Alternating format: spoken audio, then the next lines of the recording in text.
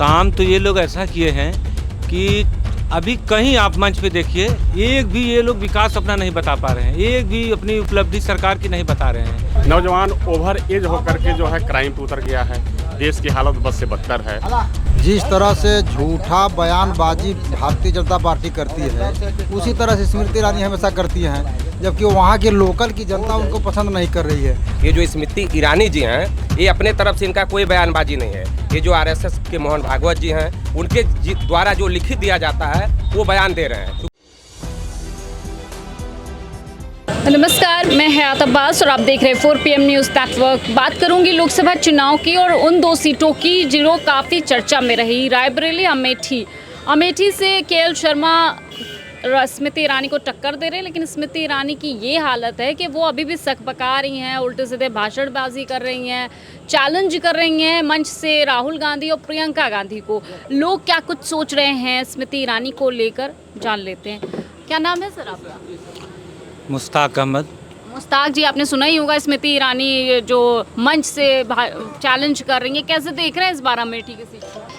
Amethi seat तो हारने जा रही हैं, और आपको तो पहले ये दिखाना चाहिए कि स्मृति ईरानी जी जो 400 का सिलेंडर जब दाम बढ़ा था, तो उस वक्त जो कांग्रेस के सरकार में 400 का सिलेंडर लेकर घूम रही थी, आज आप लोगों को उनसे पूछना चाहिए कि आज जो सिलेंडर 400 से 1000 हो गया इस एनडीए सरकार में, उस पर वो क्या बोल रही हैं? उनसे आप लोग क्यों नहीं पूछती हैं? क्योंकि वो सर पे लेकर घूम रही थी उस वक्त। तो ये तो आप लोगों को उनसे पूछना चाहिए। 400 हुआ तो उनको बहुत लगा कि बहुत महंगाई हो गई है, लेकिन 10 साल में इधर 1000 हो गया। लेकिन प्रेस के लोग उनसे नहीं बात करते हैं, क्यों, ऐसा क्यों? और चुनाव तो वहाँ पे वो निश्चित हारने जा रही हैं। हाँ, और ये जो चैलेंजेस हैं और बयानबाजी भाषणबाजी दे रही है, देखिए कोई ये नहीं कहेगा कि हम हार रहे हैं। कह रही है कि हमने अमेठी में बड़ा काम किया है, जो 20 सालों में नहीं कर पाई कांग्रेस, वो हमने कर दिया है। काम तो ये लोग ऐसा किए हैं कि अभी कहीं आप मंच पे देखिए, एक भी ये लोग विकास अपना नहीं बता पा रहे हैं, एक भी अपनी उपलब्धि सरकार की नहीं बता रहे हैं। ये सब हिंदू मुस्लिम मंदिर मस्जिद आरक्षण, ये बताइए, आरक्षण में व्यवस्था जो है उसी के तहत आरक्षण सबको दिया जाता है। ये लोग कहने पे तो ये कह रहे हैं कि ये मुसलमानों को आरक्षण दे दिया जाएगा। ऐसा क्या हो सकता है? ये क्या है? ऐसा कभी हो सकता है कि आरक्षण किसी को उठाकर किसी को दे दिया जाए? लेकिन ये बता रहे हैं उल जलूल। इससे लगता है कि ये लोग जान रहे हैं कि अब हम लोग जा रहे हैं, मतलब विदाई तय है। विदाई तय है जी। इंडिया गठबंधन आ रही है, पीडीए के नेतृत्व में इंडिया गठबंधन की सरकार बनने जा रही है। क्या मानना है आपका कि मोदी जी का ही भाषण आपने सुना ही होगा कि जो कांग्रेस जो है आरक्षण जो छीन के मुसलमानों को और दलित पिछड़ा सबका हक छीन लेगी, इससे एग्री करते हैं आप? नहीं, बिल्कुल एग्री नहीं करते। वो मोदी जी तो हमेशा झूठ बोलते हैं। अभी झारखंड में हंसदेव बचाओ आंदोलन चल रहा है, सरकार किसकी है? जब जब ये सरकार में आए आदिवासी तबाह हुआ, जब जब सरकार में आए दलित पिछड़ा तबाह हुआ, और किसानों पे गाड़ी किसने चढ़ाया? खाद के बोरी से खाद किसने चुराई? इस इतना मतलब हर पेपर लीक हो जा रहे हैं, नौजवानों को नौकरी नहीं दे पा रहे हैं। नौजवान ओवर एज होकर के जो है क्राइम पे उतर गया है, देश की हालत बद से बदतर है, और ये भाषण पे भाषण दिए जा रहे हैं, मन की बात करते जा रहे हैं। इसलिए लोग बौखलाए हुए हैं, और इनका लौटना तो अब संभव है नहीं, जनता ठान ली है, इनका लौटना संभव नहीं है। तमाम मुद्दों पे सवाल जनता पूछ रही है, ये मीडिया का सहारा लेकर के ये जो है किसी का जवाब नहीं दे रहे हैं। गोदी मीडिया, अब गोदी मीडिया तो भाई सब जनता कर रही, हम नहीं कहेंगे। हम तो मीडिया को चौथे स्तंभ के रूप में और सम्मानित ढंग से हम देखते हैं। तो आप सबको उसी लाइन में नहीं गिन सकते ना? बिल्कुल बिल्कुल बिल्कुल। और भाई कुछ लोग देश के लिए काम कर रहे हैं, कुछ लोग देश के लिए काम कर रहे हैं, कुछ लोग पर्सनल व्यक्ति विशेष के लिए काम कर रहे हैं। तो जो व्यक्ति विशेष के लिए काम कर रहे हैं वो गोदी मीडिया है। देखिए, स्मृति ईरानी जी जो हैं, जिस तरह से झूठा बयानबाजी भारतीय जनता पार्टी करती है, उसी तरह से स्मृति ईरानी हमेशा करती हैं, जबकि वहाँ के लोकल की जनता उनको पसंद नहीं कर रही है। कई मुद्दा है उसमें, बेरोजगारी का प्रथम मुद्दा है, दूसरा मुद्दा किसानों का है, तीसरा मुद्दा सांड चरने का है, चौथा मुद्दा गैस सिलेंडर का है। इतनी बड़ी उत्तर प्रदेश में बेरोजगारी बढ़ गई है, अभी तक कोई गवर्नमेंट उसके ऊपर कभी नाम ही नहीं लेती भारतीय जनता पार्टी। बताइए, किसी पार्टी का हित की मैं बात कर रहा हूँ, तो भाई कोई भी नेता हो, ऐसे नेताओं को इलेक्शन जिताकर क्या करेंगे लोग? हमने बड़ा विकास किया अमेठी में। जो विकास हुआ आप देख भी रही हैं, वहाँ पर जो भी विकास हुआ, आप चूँकि आप लोग मीडिया वाले हैं, आप लोग हर जगह जाते हैं, हर बात सुनते हैं, देखते भी हैं। वाकई में आप भी विचार तो करिए कि क्या विकास हुआ है अमेठी में। तो इस बार अमेठी में केएल शर्मा स्मृति ईरानी को टक्कर दे रहे हैं, क्या लगता नहीं, केएल शर्मा चुनाव जीतेंगे, इंडिया गठबंधन चुनाव जीतेगा वहाँ से। है इंडिया गठबंधन चुनाव जीतेगा। स्मृति ईरानी को लेकर जो सामने आ रहे हैं, जो बयान उनके स्मृति ईरानी के सामने आ रहे हैं, चैलेंज कर रही है, कैसे देख रहे हैं राहुल गांधी और प्रियंका गांधी को? खुद मोदी जी के काम पर वोट मांग रही है, तो क्या जनता उनको वोट करेगी इस बार? देखिए, जो स्मृति ईरानी जी बोल रही हैं वो अपने तरफ से नहीं बोल रहे हैं। जो इस देश के अंदर आरएसएस संघ है, जो भारतीय जनता पार्टी को चला रही है, वो मोहन भागवत की बात बोल रहे हैं। और इस देश की जनता आज की डेट में, चाहे वो माननीय इस देश के प्रधानमंत्री नरेंद्र मोदी जी हों, चाहे स्मृति ईरानी जी हों, उस मुद्दे पर जनता विचार नहीं कर रही। जनता शिक्षा के मुद्दे पर, स्वास्थ्य के मुद्दे पर, रोजगार के मुद्दे पर, भ्रष्टाचार के मुद्दे पर और महंगाई के मुद्दे पर इस देश में भारतीय जनता पार्टी का जो चुनाव हो रहा है, भारतीय जनता पार्टी के खिलाफ जो हमारे समाजवादी पार्टी का और इंडिया गठबंधन का जो अलायंस हुआ है, पूरी तरह से जनता 90% इस देश के अंदर परिवर्तन की तरफ हुआ है। और इंडिया गठबंधन का हर एक कैंडिडेट हर एक लोकसभा से जीत कर जा रहा है और इंडिया गठबंधन की देश में सरकार बनने जा रही है।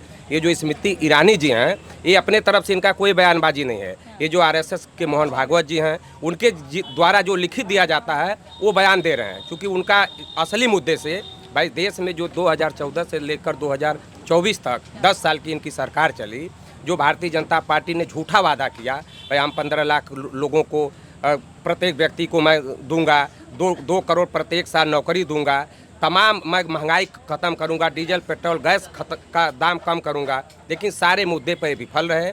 और जो आज देश के अंदर जो इंडिया गठबंधन द्वारा जो नारा दिया गया है कि भाई जिसकी जितनी संख्या भारी उसकी उतनी हिस्सेदारी, आप जाति जनगणना कराइए। भाई आप ये जाति जनगणना की बात स्मृति ईरानी जी क्यों नहीं बोल रही हैं? महंगाई के खिलाफ क्यों नहीं बोल रही हैं?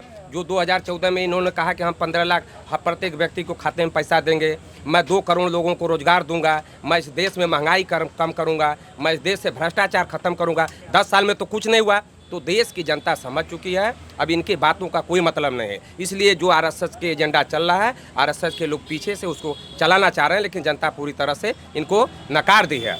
और इस तरह से इस चुनाव में बीजेपी पूरी तरह से हारने जा रही है और इंडिया गठबंधन की सरकार बनने जा रही है। मोदी जी कह रहे हैं कि अगर कांग्रेस या इंडिया गठबंधन की सरकार आ जाती है तो बाबरी मस्जिद वाला ताला अयोध्या मंदिर पर लग जाएगा। मान लीजिए आज मोदी जी के राज में, योगी जी के राज में वो ओबीसी जाति के लोग मंदिर में जाते हैं, उसको धुलवाने का काम किया जाता है। यही सरकार का नैतिकता है। आज इस देश में 85% ओबीसी दलित जाति के लोग हैं, ये मंदिर में नहीं जाएंगे। मंदिर का मुद्दा पहले था, न कि बीजेपी का था। मंदिर मस्जिद का मुद्दा पहले था। इसको हमारे देश के माननीय सुप्रीम कोर्ट न्यायपालिका जो हमारा परम पूज्य बाबा साहब डॉक्टर बी.आर. अम्बेडकर साहब द्वारा भारतीय संविधान दिया गया है, ये देश मेरा संविधान के दायरे में चल रहा है। जो चाहे वो मंदिर का मुद्दा हो, मस्जिद का मुद्दा हो, ये एक मृतक भाषा है।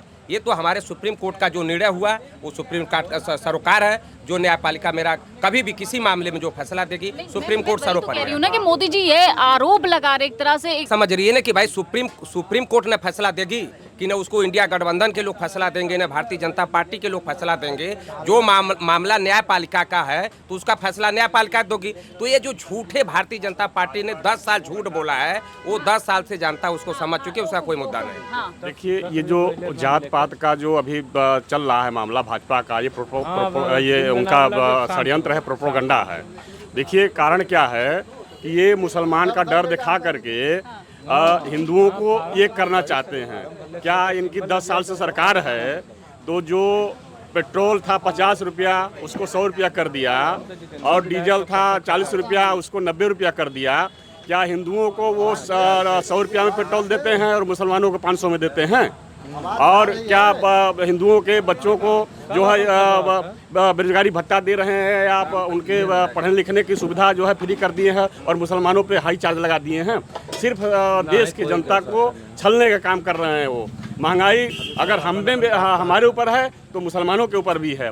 अगर दिक्कत हम झेल रहे हैं तो मुसलमान भी दिक्कत झेल रहा है। इस देश के माटी में मुसलमान अपना खून बहाया है इस देश की आज़ादी में, और इस देश से उनको अलग करने की बातें कर रहे हैं, ये बिल्कुल गलत है। हमेशा मुसलमान का डर दिखा करके हमको उनको फर्जी वीडियो चला करके हमको इनको इकट्ठा करके जो है वोट ले लेते हैं। इसके बाद सबके ऊपर डंडा चलाते हैं, महंगाई बढ़ाते हैं, रोजगार नहीं देते हैं, किसानों पर गाड़ी चढ़ाते हैं, साड़ छोड़ देते हैं, और सभी सरकारी सेक्टरों को बेच करके जो है प्राइवेट सेक्टर को आगे करते हैं।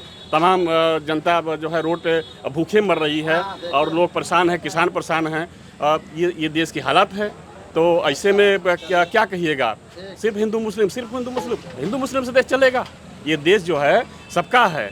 यह देश जो है सभी जाति धर्मों से बना हुआ है, इसलिए इस देश में सभी जाति धर्मों का सम्मान होना चाहिए। बिल्कुल, बहुत अच्छी बात कही। और ये बिल्कुल गलत है, और बिल्कुल मुद्दे पे बात होनी चाहिए। तो लगातार लोकसभा चुनाव को लेकर हम लोगों के बीच जा रहे कवरेज कर रहे हैं, तो जिस तरह से जो बयान सामने निकल के आ रहा है आज, वो चाहे आरक्षण का हो, चाहे मंगलसूत्र वाला बयान हो, इससे साफ जाहिर होता है कि भारतीय जनता पार्टी हमेशा ही धर्म की राजनीति पर धर्म को मुद्दा बनाकर सिंहासन पे बैठने की कोशिश कर रही है। एक बार फिर से वो यही कोशिश कर रही है, लेकिन जनता के बीच जो माहौल है वो हम आपको दिखा रहे हैं कि जनता जागरूक है और मुद्दों पर बात करना चाहती है, और ये बात करना चाहती है कि जो सरकार उनके बारे में सोचे, उनके बारे में बात करे, उस सरकार को इस बार सिंहासन पर, दिल्ली के सिंहासन पर बिठाना चाहती है। कैमरा पर्सन सत्यनारायण के साथ मैं हयात अब्बास, 4PM न्यूज़ नेटवर्क।